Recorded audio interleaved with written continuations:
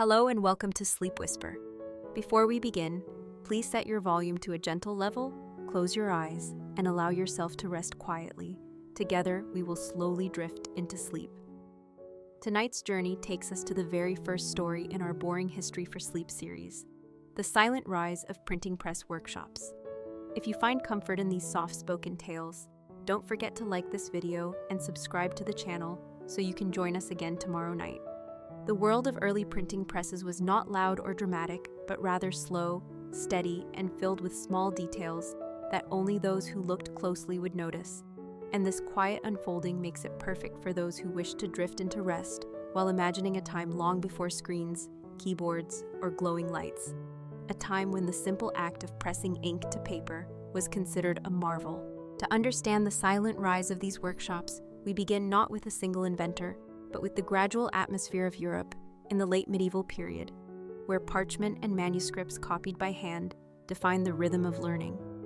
Monks in cloisters bent over wooden desks, dipping quills into ink, carefully shaping each letter and spending months, sometimes years, to produce one book.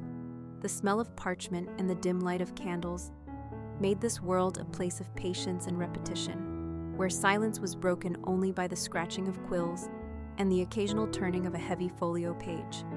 Into this environment came the slow idea that words could be reproduced not by hand, but by a mechanical process. And the earliest workshops for printing were less like factories and more like small rooms crowded with presses, blocks, and sheets drying on racks.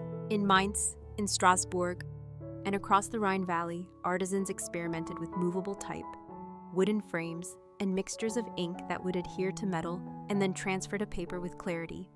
It was not an instant revolution, but a gradual and almost unnoticed rise, where neighbors might pass by a workshop without realizing that inside, men were setting tiny blocks of type letter by letter into a frame, pressing it against paper, and then repeating the action again and again with a rhythm that felt almost like breathing. The sound was not the roar of machines, but the gentle creak of wooden screws, the soft thud of the press, and the rustle of pages being laid out to dry. These workshops smelled of oil, ink, and damp paper, and their workers lived in a world of repetitive motion, adjusting type, pressing sheets, wiping hands clean, and then beginning once more. Each day blended into the next, as apprentices fetched water or tended fires to keep the room warm enough for ink to spread evenly, while masters inspected the clarity of letters and corrected smudges with patient precision. The slow rise of these printing press workshops was not a tale of sudden conquest, but of countless unnoticed labors, each sheet produced adding quietly to the growing piles of printed matter that would, in time, shape thought, faith, and knowledge. Yet in the moment, it was simply work. Tightening screws, mixing ink, trimming pages, stacking sheets. When we imagine these early days, it is easy to think of famous names, but the reality was far more ordinary, with unknown apprentices rising at dawn, opening shutters to let in the gray morning light, and beginning the long day of repetitive printing that stretched until the evening bells rang. They did not always speak much, for conversation would distract from careful alignment, and so the workshops were filled with a muted rhythm of labor, a rhythm that continues to echo if one closes their eyes and lets the mind wander. Every printed page carried imperfections, a smudge here, a faint letter there, but these small flaws were accepted as normal, for the marvel was not in perfection, but in the mere fact that dozens, even hundreds, of copies could exist. The rise was silent because there were no grand celebrations. There were only the steady accumulations of books and pamphlets that began to move slowly through cities and across borders, tucked into satchels or carried in carts. Villagers who had never held more than a handwritten sermon might now hold a printed leaflet, and scholars who had waited years for a manuscript might now order a printed copy within months. Still, for those within the workshops, life remained humble. They earned modest wages, stained their hands with ink, and often lived in cramped quarters above the very presses they worked on. By candlelight, they might eat bread and broth before returning to their tasks, adjusting the wooden press or cleaning type blocks late into the evening. And so the first part of our story is not one of loud invention, but of quiet persistence, where the rise of printing presses was carried on the backs of ordinary workers in small workshops who may never have realized that their daily monotony was shaping the course of history. If one were to step quietly into a printing workshop in the mid-15th century, the scene would not be filled with grandeur or spectacle, but with ordinary gestures repeated patiently through long hours. And these small gestures formed the hidden backbone of a transformation that would spread slowly across Europe. The day usually began before the sun had fully risen, when apprentices entered the dim workshop to prepare materials for the master printer. And their tasks were simple yet essential, for without clean type, smooth paper, and properly mixed ink, the press could not function smoothly. Wooden cases filled with metal letters were checked carefully, each piece of type resting in its compartment, ready to be lifted out and placed into a composing stick where words were assembled one letter at a time, reversed in orientation so that only those with practice could read the lines being formed. It was a methodical act, with eyes straining in candlelight or morning gray, and fingers stained with ink aligning the blocks in silence. Once a page was set, the frame would be locked and placed upon the press, which itself was a sturdy wooden structure resembling a wine press, with a large screw that, when turned, lowered a flat surface onto the paper and the type beneath. The process demanded rhythm and patience, for each sheet had to be pressed evenly, the ink transferred without blotches, and then carefully lifted away to dry. Apprentices moved between tasks, hanging damp sheets on cords stretched across the room, stacking finished pages, and cleaning ink with cloths dipped in oil. The air of the workshop was heavy with the scent of linseed oil, lampblack pigment, and the musty odor of paper, while the walls echoed with a pattern of creaks and soft thuds that became the music of the craft. The silence of the rise was not emptiness, but a quiet routine, and the workers rarely spoke beyond brief instructions, for concentration was required to keep lines straight and margins even. When mistakes occurred, such as a letter set upside down or a smear of ink across a word, the error was usually accepted rather than corrected, for time was precious and parchment or paper was costly. Those who labored in these rooms were not scholars or philosophers, but artisans, often anonymous, whose names are now forgotten, yet their repetitive movements carried forward the ideas of theologians, poets, and merchants who paid for books to be produced. Payment did not always come promptly, and printers often faced financial strain, for type metal was expensive, presses required maintenance, and the supply of paper could fluctuate with trade routes and harvests. Still, the work continued, with each printed sheet adding silently to a growing tide of words. In Strasbourg, Cologne, and Venice, new workshops appeared, each staffed by men who carried their skills from one city to another, spreading not only technology, but also a culture of patience and detail. The spread was not loud because there were no royal decrees or marching bands. Instead, it was carried in wagons filled with printed sheets, in the hands of apprentices seeking employment, and in the whispers of merchants who noticed that books could now be sold in greater numbers than ever before. The silence was also practical, for many early printers operated discreetly, avoiding attention from authorities who worried about the uncontrolled circulation of ideas. And so the workshops became places of quiet industry, where laborers bent over presses as daylight faded into evening.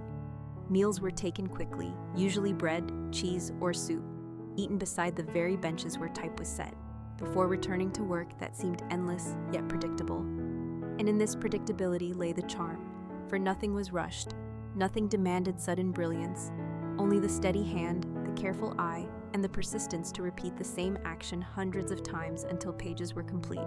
When one reflects on this world, it becomes clear why the rise of printing press workshops was silent. It was built not upon dramatic events, but upon countless small repetitions, carried out by people who may have believed they were simply earning a living, yet who were slowly altering the very texture of knowledge. The noise of history often comes from battles or speeches, but here it came from the creak of wood, the click of type blocks, the rustle of drying pages, and those faint sounds, repeated endlessly, built the quiet foundation for a world that would never again depend solely on handwriting to preserve memory. As the years passed, and the novelty of the earliest printed pages began to spread quietly across towns and markets, the life inside a printing press workshop settled into a rhythm that was neither glamorous nor loud, but steady and deeply ordinary, which is why the story of their rise is best told in a calm and lingering manner. A visitor entering one of these spaces in the late 15th century would have seen a dimly lit room lined with shelves of paper, bundles of rags, and cases filled with hundreds of tiny letters cast from metal, each letter carefully organized so that the compositor could reach instinctively for the right shape without hesitation. The compositors themselves stood for long hours, holding a small composing stick in one hand, while selecting individual pieces of type with the other, building lines of text that would be locked together into a frame.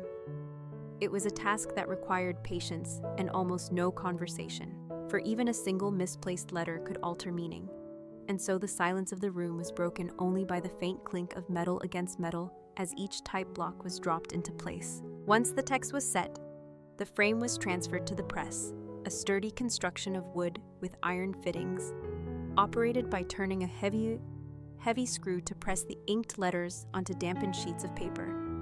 This pressing did not create noise like later machines, but a measured creak followed by a muffled thud, repeated over and over in a cycle that stretched across the day.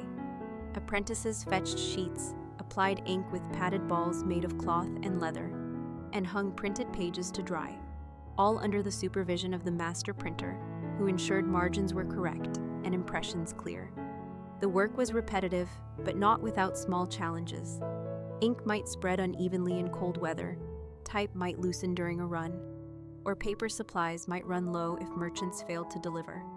Such difficulties were met not with drama, but with quiet adjustments, as workers tightened frames, reheated ink, or stitched together paper from various sources.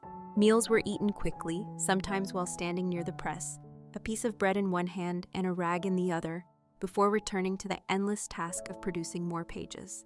For those outside the workshop, the results began to appear in markets and bookstalls, where modestly printed pamphlets and indulgent slips were sold to travelers and townspeople.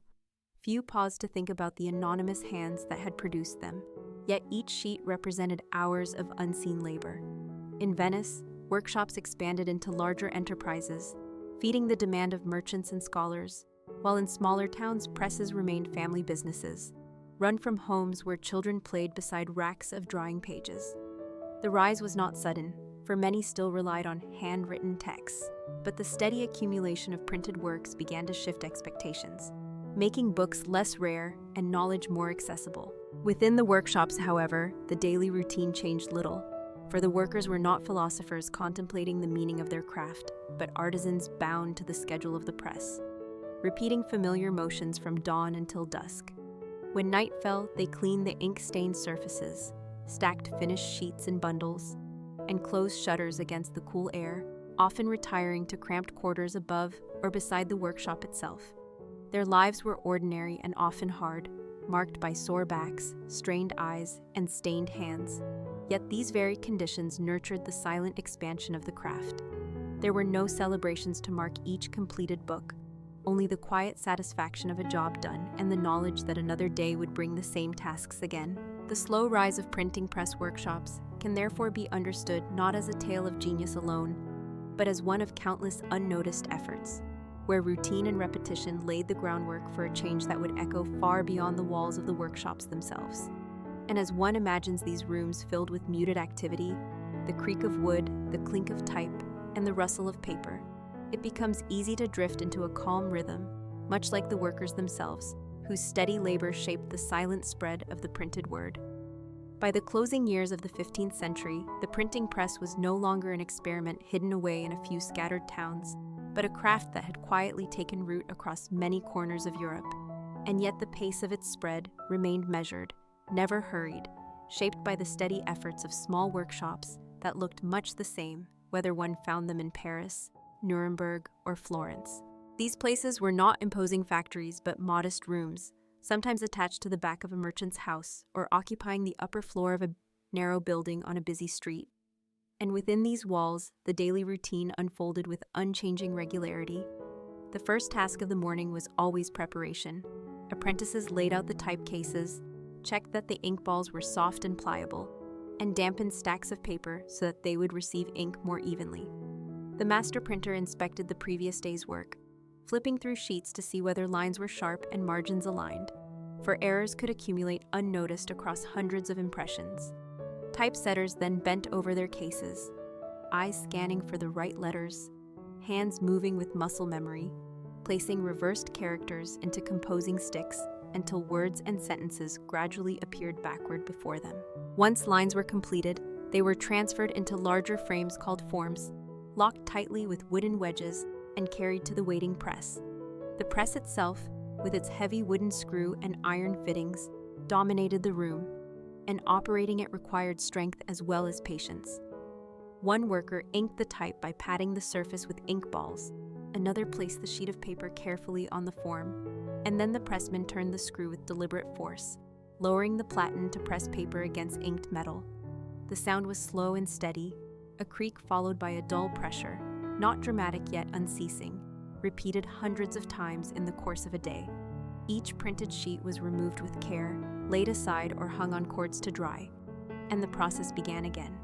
Around the workshop, the air thickened with the smell of oil, soot, and damp paper, and workers moved with quiet focus, rarely speaking except to correct a mistake or give a brief instruction. Meals were taken quickly and without ceremony, bread and broth consumed while standing, ink-stained hands wiped on aprons before returning to labor. Life outside the workshop offered little relief, for printers often lived in cramped quarters near their presses, their earnings modest, their time consumed by endless repetition. Yet these humble routines produced results that gradually filled libraries, schools, and churches with printed material, changing the scale of learning without changing the quiet character of the workshops themselves. Even as scholars marveled at the sudden availability of books, the men and boys who produced them experienced only the slow rhythm of daily work, tightening screws, adjusting type, and stacking sheets, never fully aware of the larger transformation they were fueling. Some workshops specialized in religious texts, producing small prayer books or indulgent slips by the hundreds, while others catered to merchants with almanacs and practical manuals. Still others began to experiment with classical works, translations, or even plays, though always in limited runs that reflected the cautious nature of the trade. Financial risks were ever present. Paper supplies were costly, type had to be recast when worn, and competition between workshops could lead to debts or disputes. Yet despite these obstacles, the craft continued to grow, not with sudden leaps, but with steady accumulation, and by the turn of the century, there were presses scattered across nearly every significant European city. And within each of those presses, the atmosphere remained the same, a dimly lit space, the steady clatter of type, the creak of wood, the smell of ink, and the patient labor of anonymous hands repeating motions that seemed ordinary, yet carried extraordinary consequences. It was this steady, unnoticed persistence that gave rise to the printing world, a rise so silent that those living through it might not even have realized they were part of one of history's quiet revolutions. As the 16th century began to unfold, the quiet labor of printing press workshops had already woven itself into the fabric of European towns, yet the atmosphere inside these places remained remarkably unchanged, as though time itself moved more slowly there, measured not by hours or bells, but by the steady repetition of presses lowering onto sheets of paper. To an observer, the scene was both ordinary and hypnotic. Compositors hunched over wooden cases filled with metal letters, their eyes darting between manuscript copies and the rows of tiny type, hands moving in practiced rhythm as they built lines of text backward, line upon line, until an entire page emerged in mirrored form. These forms were then locked into place with wedges and carried carefully to the press, where inkers dabbed the surface with leather ink balls, pressing and twisting to spread the thick black ink evenly. The smell of linseed oil and soot clung to the air, mingling with the musty odor of damp paper stacked in neat piles along the walls. Pressmen, their aprons stained dark, leaned into the heavy wooden screw of the press, turning it with measured force until the platen pressed firmly down, and then with a groaning creak, released the pressure so that the sheet could be lifted away. Each page was examined briefly for clarity, then laid aside to dry or hung from cords stretched across the room, and the process repeated itself again and again until hundreds of impressions had been produced. The silence of these workshops was not absolute, for the rhythm of creaks, thuds, and rustling pages filled the space like a subdued music. Yet voices were few and far between, kept to short commands or corrections. Apprentices moved quietly between tasks, fetching fresh paper, carrying completed sheets, cleaning type, or mending tools, learning the trade not through lectures, but by long exposure to its endless repetitions. Meals were meager, often a simple loaf or bowl of broth consumed quickly in the same space where ink and oil left their mark on every surface, and nights offered little rest as printers lived above or beside their shops, close enough to hear the press's echo even in dreams. The rise of these workshops remained unnoticed by many who lived near them, for from the street a passerby might see only a narrow doorway or shuttered window, unaware that within lay the instruments of a quiet transformation. Yet across Europe, more and more towns found themselves home to presses, and the flow of printed matter increased steadily. Prayer books, indulgent slips, pamphlets, calendars, almanacs, and eventually weightier works of theology, law, and literature. Still, the men who labored over them rarely paused to consider the broader significance, for their lives were ruled by practical concerns: the cost of paper, the danger of debt, the maintenance of type, the negotiation with buyers. A workshop might succeed for a season and then collapse under the burden of unpaid bills, while another might quietly endure, producing modest works for decades. The craft was not glamorous, and those who practiced it were not celebrated. Yet their persistent efforts created the steady stream of printed pages that began to alter the spread of ideas across a continent. In this sense, the rise of printing was less like a sudden blaze, and more like a slow, steady candlelight filling one room after another, its glow extending gradually yet relentlessly. Inside the workshops, the days remained the same, the tasks unchanged, the silence broken only by the sounds of labor, and it is in this ordinariness that the true character of the early press can be found. A patient, repetitive, and almost meditative routine that carried forward a silent revolution. By the middle of the 16th century, printing had spread across the continent in a pattern that was quiet but relentless, with presses appearing in small towns as well as great cities. Yet the inner life of the workshops remained marked by routine and repetition. A world where each day unfolded in similar sequences of careful preparation, patient labor, and silent persistence. The apprentices still began their mornings by dampening paper, checking ink balls for softness, and organizing cases of type, while compositors bent over their work with strained eyes and inky fingers, aligning reversed letters into mirrored words that only experience could decipher. The pace was deliberate, for a mistake might ruin an entire sheet, and time spent correcting errors was costly, so concentration remained absolute. Once the forms were prepared, they were carried to the press, where inkers dabbed the raised surfaces with slow, twisting motions to ensure even coverage, and pressmen leaned heavily against the wooden screw to lower the platen, releasing with a groaning creak before carefully lifting the freshly printed page. The sheets, still damp and smelling of oil and soot, were spread out to dry, filling the room with the faint rustle of paper that never ceased as workers moved steadily between stacks and racks. The air of these rooms was dense with the odors of ink, smoke, and wood, and the atmosphere of quiet industry seemed to belong to a different rhythm than the bustling markets or noisy streets outside. Financial realities pressed heavily upon the masters of these shops, for type wore down and had to be recast. Presses required maintenance, and the price of paper consumed most of their earnings, leaving little margin for comfort. Apprentices earned meager food and lodging in exchange for years of service, their lives bound to the slow absorption of skills through endless practice. Meals were brief, taken in the same dim rooms where work continued, bread and cheese eaten with ink-stained fingers, before the return to tasks that seemed unchanging. And yet beyond the walls, the products of these workshops were beginning to alter the intellectual landscape. For printed books multiplied across Europe, carried by merchants in carts, sold at fairs, or exchanged in universities and monasteries. Religious texts spread quickly, sometimes raising concerns among authorities who feared uncontrolled circulation, while secular works such as calendars, manuals, and eventually stories found eager audiences among townspeople. Still, the men who labored over their presses rarely thought of such matters. Their focus remained on the alignment of letters, the clarity of impressions, and the delivery of finished sheets to buyers. It was a silent rise precisely because those most responsible for it experienced their lives as unremarkable, bound by fatigue, repetition, and the daily grind of production. The workshops were not places of brilliance or noise, but of steady endurance, where each day was shaped by the same cycle of preparation, printing, and cleanup, repeated so often that weeks and months blurred together. And yet in this very monotony lay the quiet power of the printing press, For the unending rhythm of presses lowering and lifting, of pages stacking and drying, gradually built a tide of printed matter that would alter the course of history. The workers themselves might never have realized they were shaping an era. For to them, the creak of wood and the smell of ink were not signs of revolution, but simply the background of ordinary labor, endured without question, repeated without end, and carried out in silence.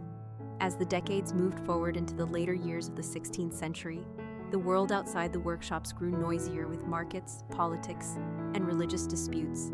But within the walls of the printing houses, the rhythm remained much the same, steady and subdued, a repetition of tasks so ordinary that few who performed them thought they were part of anything remarkable.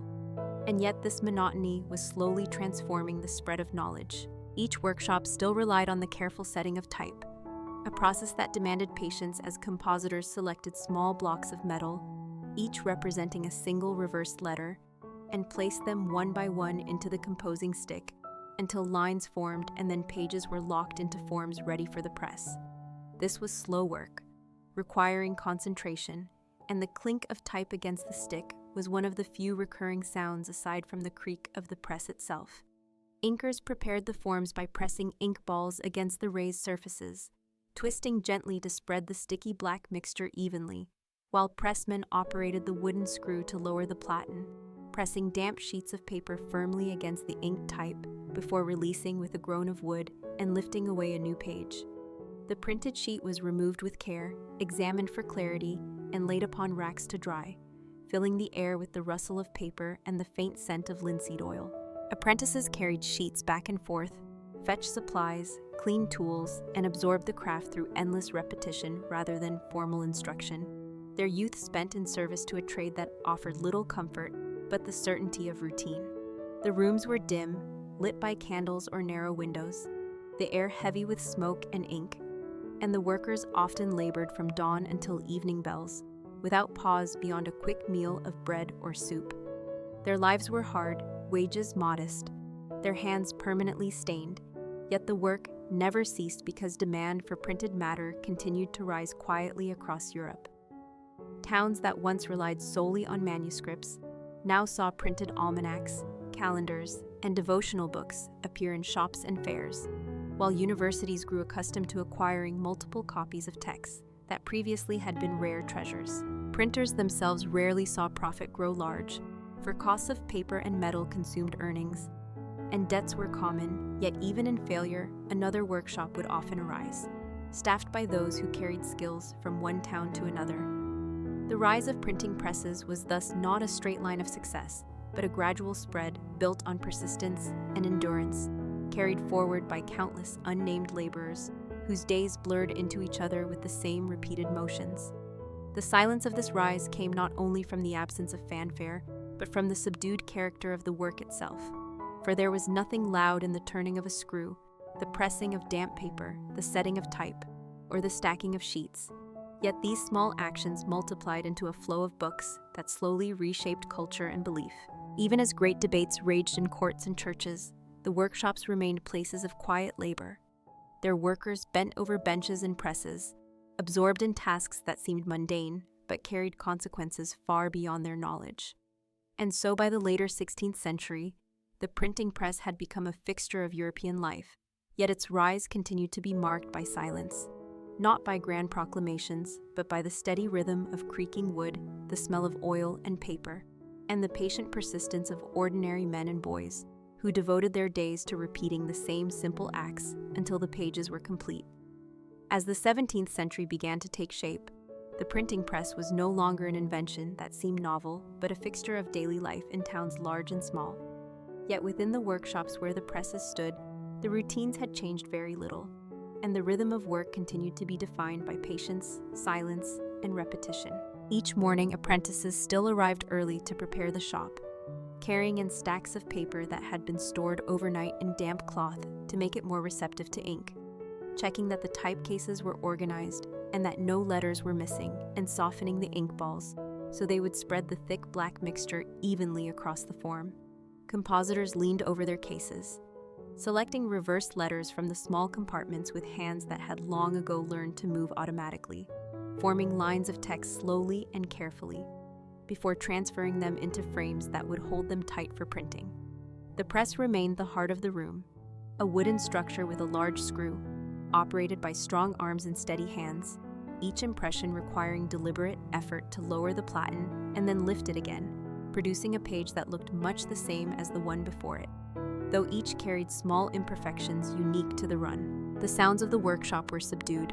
The creak of wood, the faint thud of pressure, the clink of metal, and the rustle of drying pages, repeated over and over until they became almost like the background music of a monotonous chant. The smell of linseed oil, smoke, and ink filled the room, clinging to the clothes and hair of the workers, a scent they carried with them wherever they went. Meals were quick and plain, bread eaten beside the press, or a bowl of soup consumed while standing, for there was little time to linger when dozens of sheets still waited to be pressed.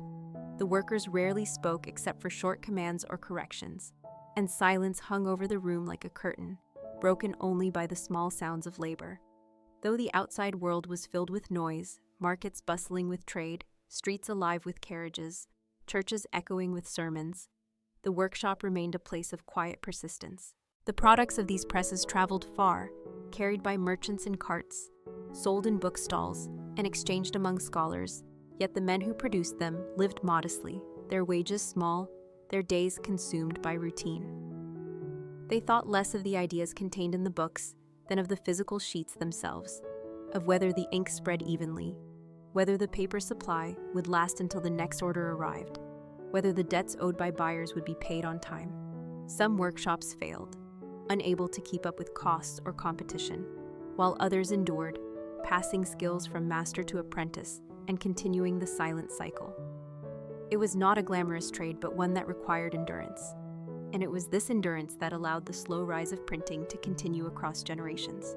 By this time, presses could be found across much of Europe, yet their presence was rarely marked by celebration, for they blended into the ordinary fabric of towns, tucked away in narrow streets, their signs modest, their doors unremarkable.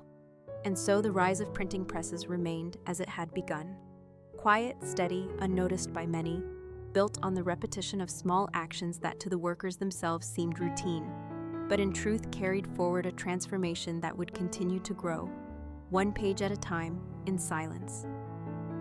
As the 17th century advanced, printing press workshops had multiplied across Europe, yet their essence remained rooted in the same ordinary rhythms that had defined them from the very beginning, rhythms so steady and predictable that they became almost timeless. To step into a workshop during these years was to find an atmosphere that differed little from the early days in Mainz or Venice, a dim space filled with the scent of oil and paper, the muted clatter of type, and the creaking of a wooden press worked by steady hands. Apprentices continued to arrive before dawn, preparing paper by dampening stacks with cloth, softening ink balls to achieve the right consistency, and checking cases of type to ensure that each letter was present in sufficient numbers. Compositors leaned over their work in silence, assembling reversed letters into lines of text, their fingers moving instinctively after years of repetition, their eyes strained by candlelight or narrow daylight, filtering through shutters. Once pages were set, they were locked into forms and transferred to the press, where inkers applied the thick black mixture with measured care, dabbing and twisting to cover each letter evenly. Pressmen then pulled the bar or turned the screw, lowering the platen with slow force until the impression was made, releasing again with a groan of wood, and lifting away a fresh sheet now carrying words that moments before had existed only as cold metal blocks. The cycle repeated endlessly, hundreds of times a day, each sheet examined briefly for clarity, and then laid aside to dry on racks or cords stretched across the room. The workers rarely paused for conversation, speaking only when necessary, for efficiency depended on focus and silence. Meals remained simple and brief, bread and broth or cheese consumed in the same room where ink stained their aprons and smoke darkened the rafters. For the apprentices, the years stretched long, their days filled with fetching paper, cleaning type, mixing ink, and learning the trade by observation, with little promise of wealth at the end, only the chance to rise eventually to the rank of master printer if fortune allowed. Yet despite the hardships, the presses never ceased their rhythm, for demand for books and pamphlets continued to grow. In towns and cities, printed almanacs, religious tracts, calendars, and scholarly works circulated more widely than ever before, carried by merchants, sold in markets, and passed among scholars and clergy. Still, the workers themselves thought less of the ideas within the pages than of the mechanics of production. Their concerns focused on the quality of impressions, the durability of type, the reliability of paper supplies, and the constant need to avoid debts that could ruin a workshop. Some presses failed quietly and disappeared, while others endured, their masters teaching the next generation of printers, who would continue the same repetitive motions for decades to come. And through this persistence, the silent rise of printing presses continued, not with noise or celebration, but with the steady background rhythm of creaking wood, rustling paper, and the faint clink of type blocks being set into place. From the perspective of history, these workshops were fueling the spread of literacy and knowledge, yet from within, they were simply places of endless work, where one day looked like the next, and the only certainty was that tomorrow would bring the same tasks again. This ordinariness, this quiet endurance, defined the very character of the rise, a rise carried not by sudden invention, but by countless anonymous hands repeating the same gestures until words filled pages and pages filled books, all in silence. By the closing years of the 17th century and into the early decades of the 18th, printing presses had become a familiar sight across Europe, yet the workshops where they operated still carried the same atmosphere of steady labor, muted sounds, and ordinary persistence that had defined them for over 2 centuries. An atmosphere that seemed timeless, as though the work itself resisted change. Each workshop still relied upon the same sequence of preparation, composition, inking, pressing, and drying, repeated hundreds of times each day in a cycle that gave structure to the lives of those who labored there. Apprentices continued to rise early, preparing stacks of paper, softening ink balls, and arranging type cases so that compositors could work without delay. Compositors, in turn, bent over their cases, selecting tiny blocks of reversed metal letters and assembling them into lines that were locked tightly into forms. The pressmen still leaned into the heavy wooden screw, lowering the platen with deliberate force to press damp paper against inked type, releasing with a groan of wood before lifting away a sheet now carrying words. The printed pages were placed on racks or hung to dry, the faint rustle of paper joining the subdued music of creaking wood, clinking type, and muffled thuds that filled the room. Meals were still plain and brief, bread and broth consumed while standing beside presses, and conversation was minimal, for the rhythm of work left little time for distraction. Apprentices spent years in these dim rooms, learning the craft through repetition, their futures uncertain, for many would never rise beyond the role of servant to the press. Masters bore the weight of debts and the challenge of securing paper and ink, for the economics of printing remained precarious, yet the craft endured because demand for printed matter never ceased. Books, pamphlets, almanacs, and tracts continued to spread, reaching further than ever before, carried along trade routes, sold in markets, or passed hand to hand. Still, for those within the workshops, the larger significance of their labor was rarely considered, for their focus remained on the immediate demands of production, the alignment of type, the clarity of impressions, the prevention of smudges, the delivery of pages to buyers. The rise of printing presses had been silent because it was built not on sudden bursts of brilliance, but on generations of anonymous laborers repeating the same actions until they became second nature. And so the story of these workshops is not one of spectacle, but of endurance, the quiet persistence of men and boys whose lives revolved around presses that creaked and groaned, whose hands were stained with ink, whose days blurred together in monotony, and yet whose cumulative efforts reshaped the very fabric of knowledge. As centuries passed, technology would evolve, presses would grow larger and faster, and the scale of production would increase, but the memory of these early workshops remains, their silence and simplicity marking the beginning of a transformation that would change how humanity preserved and shared its thoughts. And as we close this long reflection, it is worth remembering that the foundations of our modern world were not built only in moments of drama, but also in the quiet persistence of ordinary people repeating ordinary tasks, day after day, year after year, until the accumulation of their labor changed everything. In that silence, we find the true character of the rise of printing presses, a character as steady and calm as the rhythm of breath, carrying us gently into rest. And that brings us to the end of our previous story. Before we move on, please give this video a like and consider subscribing. It helps us continue bringing you these gentle tales for sleep. Now, let us quietly drift into the next chapter in our Boring History for Sleep series. Tonight, we turn to the dull story of early glassmaking. To begin the long and uneventful history of early glassmaking, one must imagine a world where the discovery of glass was less a moment of wonder than a slow realization that a strange substance could be shaped by fire and sand, and that it might be useful for purposes beyond curiosity. The earliest glass, appearing in the ancient Near East, was not produced in great workshops or vast furnaces, but in small and humble places where artisans worked with heat, sand, and ash, uncertain of their methods yet persistent enough to continue. The story is not filled with sudden inventions, but with gradual attempts, with fragments of glass beads and vessels appearing in burial sites and trade routes, silent evidence of a craft that grew in obscurity. These first makers probably did not even set out to create glass. It may have been an accident when sand mixed with ash and lime was exposed to high heat in primitive kilns, leaving behind a glossy, brittle substance that caught the eye. Once noticed, however, the material slowly entered human practice, not with ceremony, but with trial and error. Early workshops were not organized factories, but small rooms with clay furnaces, where heat was uneven and results unpredictable. Artisans melted sand with natron or plant ash to lower the melting point, stirring mixtures with simple tools, and pouring them into small molds to produce beads or inlays. The colors were often murky, the surfaces rough, the shapes uneven, and yet these objects found their way into trade as ornaments or small decorative pieces. The work was repetitive and demanding, for controlling the furnace was difficult, and failures were common. Still, artisans endured, repeating the same actions day after day, shoveling sand, preparing ash, stoking fires, and waiting for the molten mixture to cool into something usable.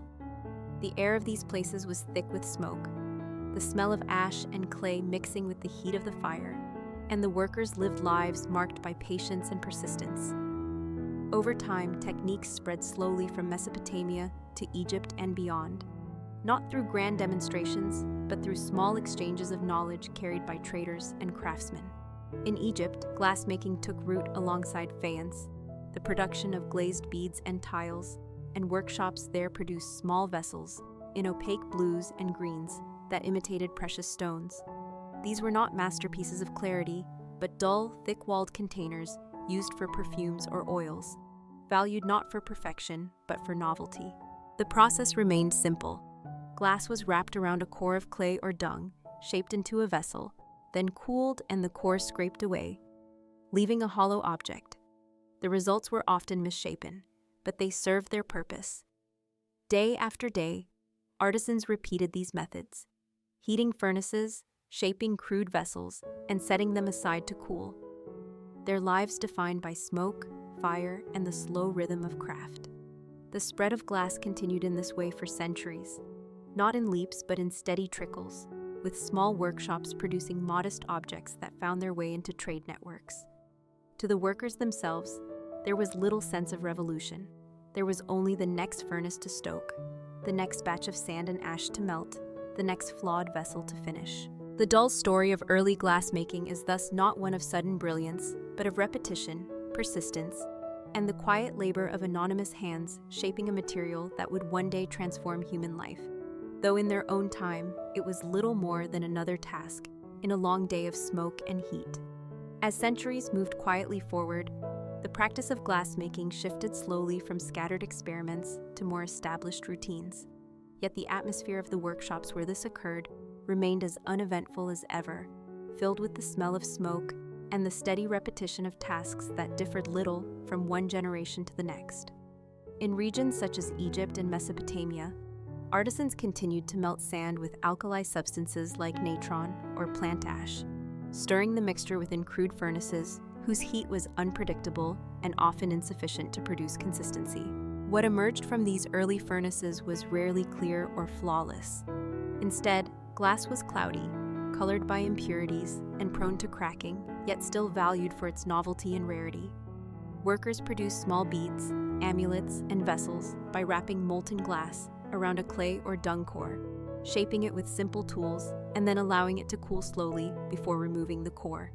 The process was tedious, requiring careful handling, for a vessel might shatter if cooled too quickly, or warp if the heat was uneven. Day after day, apprentices and masters repeated the same steps, gathering sand, preparing ash, stoking fires, and waiting by the furnace, their lives bound to the rhythm of smoke and heat. These workshops were not grand halls of invention, but small, dimly lit spaces crowded with clay molds, baskets of sand, and tools blackened by fire. The workers ate modest meals beside the furnaces, their hands rough from labor, their clothes marked with soot, their lives defined by patient endurance. In Egypt, glass objects found use in religious ceremonies and as decorative inlays in tombs, their dull blues and greens imitating semi-precious stones, while in Mesopotamia, glass beads circulated along trade routes, passed from one merchant to another until they reached distant lands. The rise of glassmaking remained quiet, unnoticed by most, for it was not yet central to daily life, but rather a minor craft among many. Knowledge spread slowly, carried by artisans who traveled with caravans or settled in new towns, teaching their methods to others in return for food, shelter, or coin. The techniques themselves did not change rapidly, for furnaces were still crude and methods limited, but over time the skill of shaping vessels grew more refined, though never without flaws. The products remained uneven in thickness, opaque in color, and fragile in use, yet they continued to find demand among those who valued novelty. For the artisans, however, the significance of their works was not in cultural transformation, but in the daily act of survival. For each bead or vessel was another item to sell or trade, another small step toward sustaining their families. Their lives passed in repetition, each day blending into the next, defined by the glow of the furnace, the hiss of molten glass meeting cooler air, and the patience required to accept failure as often as success. This dull persistence, carried on by countless unknown craftsmen, formed the slow foundation of a craft that would, much later, grow into something larger, though in these early centuries it remained an ordinary and often overlooked part of human industry. As time moved quietly into the first millennium before the Common Era, the practice of glassmaking lingered in the background of human activity, never commanding much attention but persisting through the slow repetition of tasks in small workshops where fire, sand, and ash were combined in much the same way they had been for centuries. The furnaces were simple, often dug into the ground or built from clay bricks, and their heat was supplied by wood or charcoal, requiring constant tending to maintain a temperature high enough to melt the mixture. Workers knew little of chemical theory, but learned through practice that certain proportions of sand and natron produced more workable results, though impurities were nearly impossible to remove, leaving glass opaque or cloudy, colored in shades of dull green, blue, or brown. Each day, apprentices shoveled sand, carried fuel, prepared molds, and cleaned tools, while masters handled the delicate act of gathering molten glass with rods or shaping it around clay cores. The smell of smoke filled the air, the glow of furnaces cast flickering light on soot-darkened walls, and the sound of crackling fires blended with the hiss of molten glass meeting cooler air. The rhythm was monotonous, the same motions repeated endlessly, the same risks faced again and again, for glass might cool too fast and shatter, or bubble and warp, rendering a day's work useless. Meals were taken beside the furnace, bread dipped in broth, water drawn from jars, consumed quickly before returning to labor. The objects produced were modest, beads for necklaces, small containers for oils, decorative inlays for tombs or temples, all of them flawed yet valued for their rarity. Traders carried these objects along caravan routes, where they passed into markets in Syria, Anatolia, and beyond, slowly introducing glass to new regions, though few paused to wonder about the lives of the craftsmen who had shaped them. Knowledge of the craft spread in this way, from artisan to apprentice, from one small workshop to another, not with sudden invention but with gradual imitation. The craft remained fragile, vulnerable to shortages of fuel, to the collapse of kilns, to the fluctuations of trade, and many workshops likely disappeared without leaving a trace. Yet enough endured that glass continued to be made, quietly, persistently, in the margins of history. For those who worked in these spaces, there was no thought of legacy, only the endless rhythm of labor, the tending of fires, the shaping of imperfect vessels, the acceptance of failure as part of the process. Their lives were hard, their earnings modest, their names forgotten, yet their persistence ensured that the knowledge of glassmaking never vanished completely. And so the story of early glass remained a dull one, filled not with great discoveries or sudden leaps, but with the ordinary patience of artisans repeating the same small actions until the craft, unnoticed, laid the foundation for something greater that would emerge only much later. As the centuries progressed and the ancient world moved slowly toward more structured civilizations, the craft of glassmaking remained a minor yet persistent trade, never disappearing, never drawing great acclaim, but existing in the steady rhythm of workshops where artisans repeated the same actions day after day. In regions such as Assyria, Phoenicia, and Egypt, furnaces continued to glow with the faint orange light of charcoal fires, tended by men and boys whose lives revolved around the care of flames and the preparation of raw materials. Sand was gathered from riverbeds, sometimes mixed with crushed quartz, while natron or plant ash was carefully measured to lower the melting point. These mixtures were shoveled into clay crucibles, placed within the uneven heat of primitive kilns, and left to melt into thick, opaque lumps that could later be reheated and shaped. The process was laborious and dull, for results were uncertain, and many batches ended in failure, leaving only cracked masses of unusable slag. Yet persistence carried the craft forward, for even flawed beads or cloudy vessels held some value in local markets. Craftsmen shaped molten glass by winding it around clay cores, smoothing it with paddles, and decorating it with threads of contrasting color, often blue, green, or white. The patterns were crude, the walls uneven, and the surfaces rough, but they served their purpose as containers for oils, perfumes, or small offerings. Workshops were filled with smoke, the air heavy and hot, the workers' clothes stained with soot, their skin roughened by constant exposure to fire. Meals were taken hastily, water drawn from jars to quench thirst, bread consumed without pause before returning to stoke furnaces or shape cooling vessels. The apprentices learned not through theory, but through endless observation, carrying fuel, cleaning tools, and slowly absorbing the rhythm of the trade. Across the Mediterranean, traders carried these modest objects along coastal routes, spreading them into Greece, Anatolia, and beyond, where they were admired not for clarity or perfection, but for novelty. Glass in this period was often mistaken for precious stone, its opaque colors imitating turquoise, lapis, or jasper, and so it found its place in jewelry and decoration rather than practical utility. For the artisans, however, there was no grandeur in this. There was only the steady continuation of work, the repetition of tasks so familiar that one day blurred into another. Failures were frequent, successes modest, but the persistence of countless unnamed craftsmen ensured that the knowledge survived. The dull story of early glassmaking is thus one of endurance rather than brilliance, of slow repetition rather than sudden innovation, a story carried forward by hands stained with ash and eyes strained by firelight, shaping imperfect vessels thus that nevertheless kept alive the fragile tradition of a material whose true potential lay far in the future. By the time the Mediterranean world had entered the classical era, the craft of glassmaking remained a quiet and marginal practice, still confined to small workshops where artisans carried out the same slow rituals that their predecessors had repeated for generations, and the story of its development continued to be marked by patience rather than spectacle. In places such as Phoenician towns along the Levantine coast and in the bustling centers of Egypt, the dull glow of furnaces illuminated spaces crowded with clay molds, baskets of sand, and soot-darkened tools.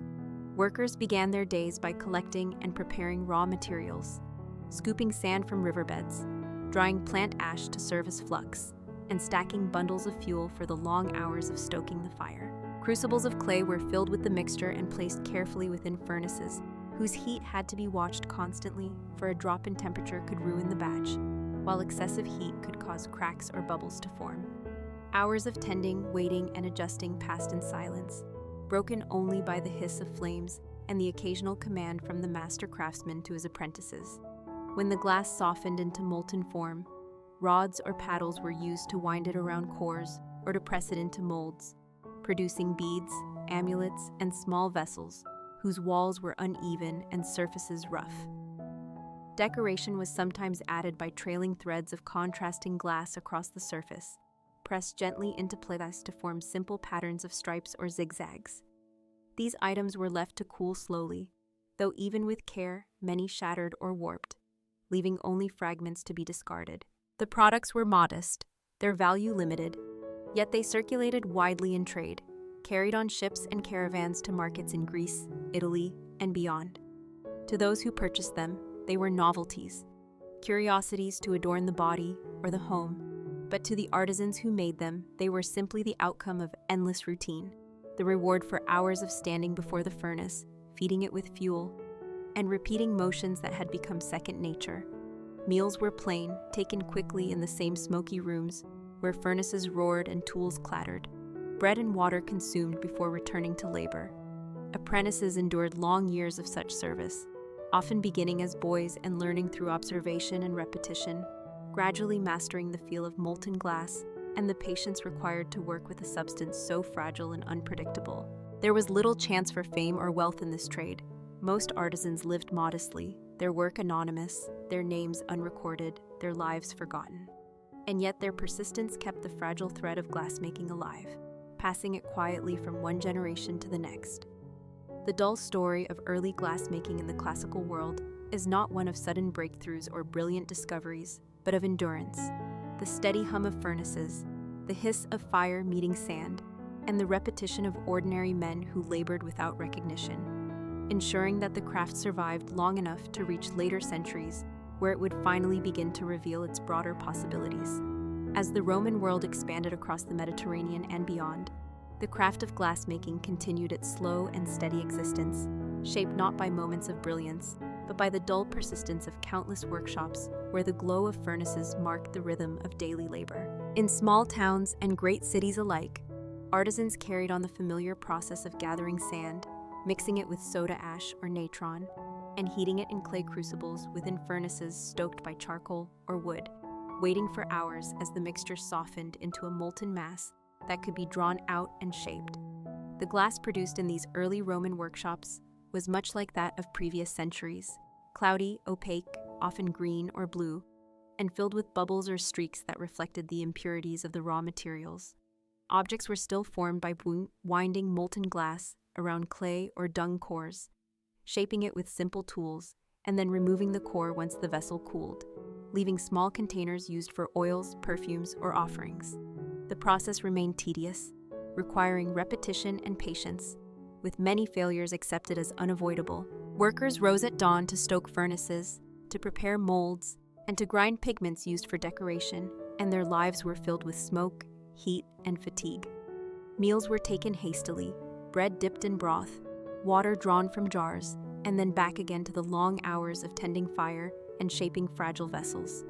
Apprentices learned through silent observation, carrying fuel, sweeping ashes, and gradually imitating the motions of their masters, though few ever escaped the monotony of the trade. The workshops were modest, often little more than sheds built near markets or ports, blending into the fabric of daily life, unremarkable to passers-by, yet essential to the slow spread of glass objects. Traders carried these pieces across provinces, where they found buyers who admired their novelty, even if their quality remained uneven. To the artisans themselves, there was no sense of transformation. There was only the unending cycle of labor, of gathering, melting, shaping, and cooling, repeated day after day, year after year. Some workshops failed under the strain of debt or shortages of materials, while others endured quietly, passing skills from one generation to the next. Never celebrated, never recorded in history, yet forming the backbone of a craft that would one day reach far greater heights. The dull story of early Roman glassmaking is therefore one of persistence without glory, of men and boys whose names are lost, but whose patient endurance allowed the fragile knowledge of their craft to survive. Their lives were ordinary, their tasks repetitive, their surroundings filled with smoke and heat, and yet through their monotonous efforts the tradition of glass endured, not because of sudden invention, but because of the quiet continuation of countless small acts performed without end. As the Roman Empire reached its height, the craft of glassmaking had spread quietly into many corners of the Mediterranean world. Yet the essence of the work remained the same, slow and repetitive, carried out in workshops that differed little from those of earlier centuries. The faint light of furnaces still illuminated small rooms crowded with clay crucibles, rods blackened by soot, and baskets filled with sand and ash, while workers carried on with the same dull routine of gathering materials, tending fires, and shaping molten masses into crude vessels. The products of these workshops were still marked by impurities, their surfaces cloudy, their walls uneven. But the demand for glass continued to rise, not because it was flawless, but because it was useful enough and novel enough to find a place in markets from Gaul to Egypt. Traders moved these modest vessels across provinces, where they were sold to ordinary people who used them for oils, perfumes, or simple household storage. The artisans who made them rarely saw wealth or recognition.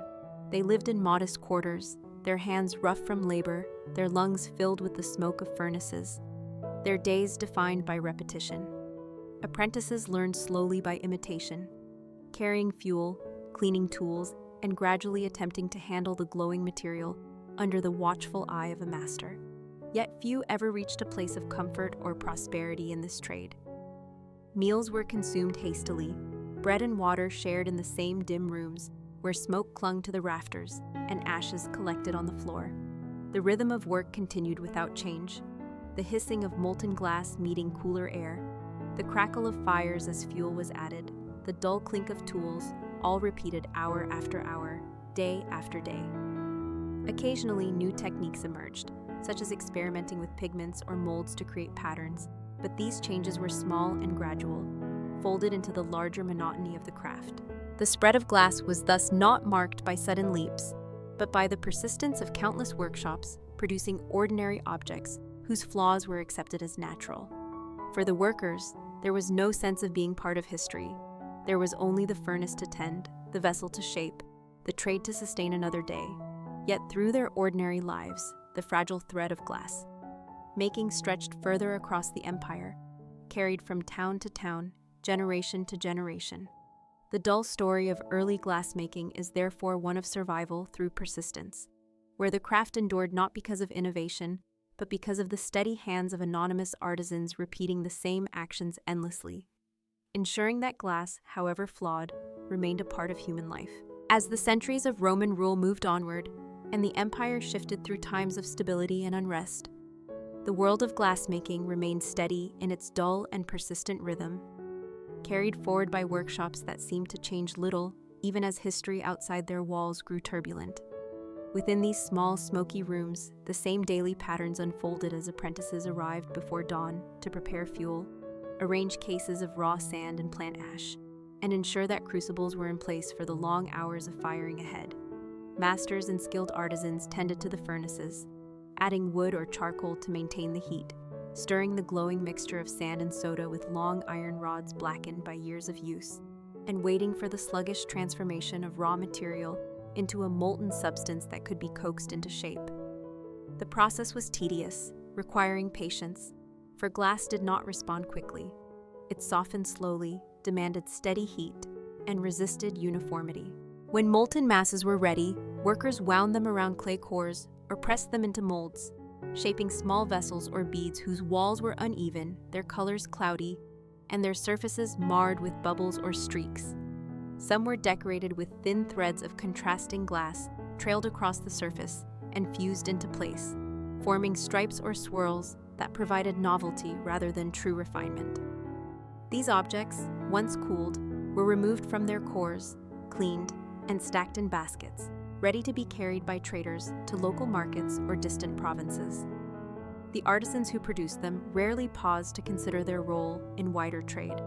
Their concerns remained close at hand, focused on keeping the furnace alive, on salvaging pieces that had not cracked or warped, on earning enough from the sale of their work to pay debts and secure the next supply of fuel and raw materials. Life in these workshops was hard and unchanging. Meals were plain, often bread and water, consumed quickly on the same benches where tools and ashes lay.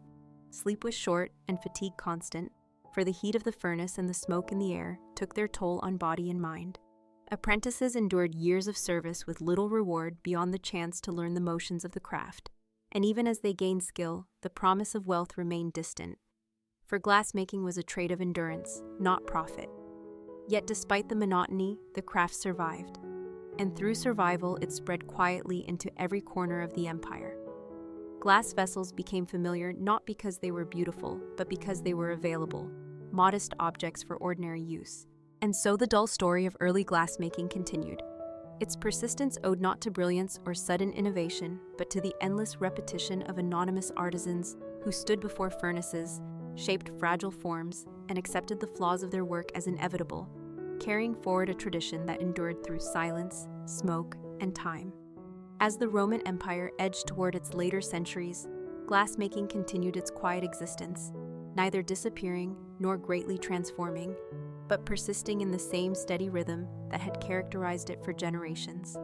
A rhythm defined by furnaces glowing dimly, smoke curling into rafters, and artisans repeating the same careful gestures as though time itself had little effect on their craft. Workshops across Italy, Gaul, and the eastern provinces still followed the familiar pattern. Apprentices rising early to carry sand from storehouses, measuring out soda ash or natron, stacking fuel, and preparing crucibles for long hours of heat, while masters oversaw the delicate balance required to melt and shape the reluctant material. Inside the furnace, the mixture softened into glowing masses, sluggish and thick, demanding constant attention to prevent uneven heating or sudden cooling that might ruin an entire batch. Artisans used rods to gather small amounts of molten glass, winding it around clay cores or pressing it into molds, shaping vessels that were functional though rarely flawless. Surfaces were marked with bubbles, colors clouded by impurities, and walls uneven in thickness. Yet these vessels served ordinary needs, and so they were accepted without complaint. Decoration, when attempted, remained simple, with threads of colored glass trailed across surfaces or pressed into rough patterns that added novelty but little refinement. The workers themselves lived modestly, their earnings consumed by fuel, raw materials, and debts owed to suppliers, their daily lives bound to the smoky rooms where they labored. Meals were brief, bread dipped in broth or water consumed hastily, before returning to stoke fires or shape cooling vessels. The apprentices endured long years of repetition, their reward not wealth, but the eventual mastery of a craft that brought only survival, never luxury. Outside the workshops, the products of their labor circulated widely, carried on ships, loaded into carts, exchanged at markets from Britannia to Syria, and so glass became more familiar to ordinary households, not as a rare treasure, but as a modest possession, something useful but not extraordinary. And yet the artisans who produced these objects rarely thought of their broader significance.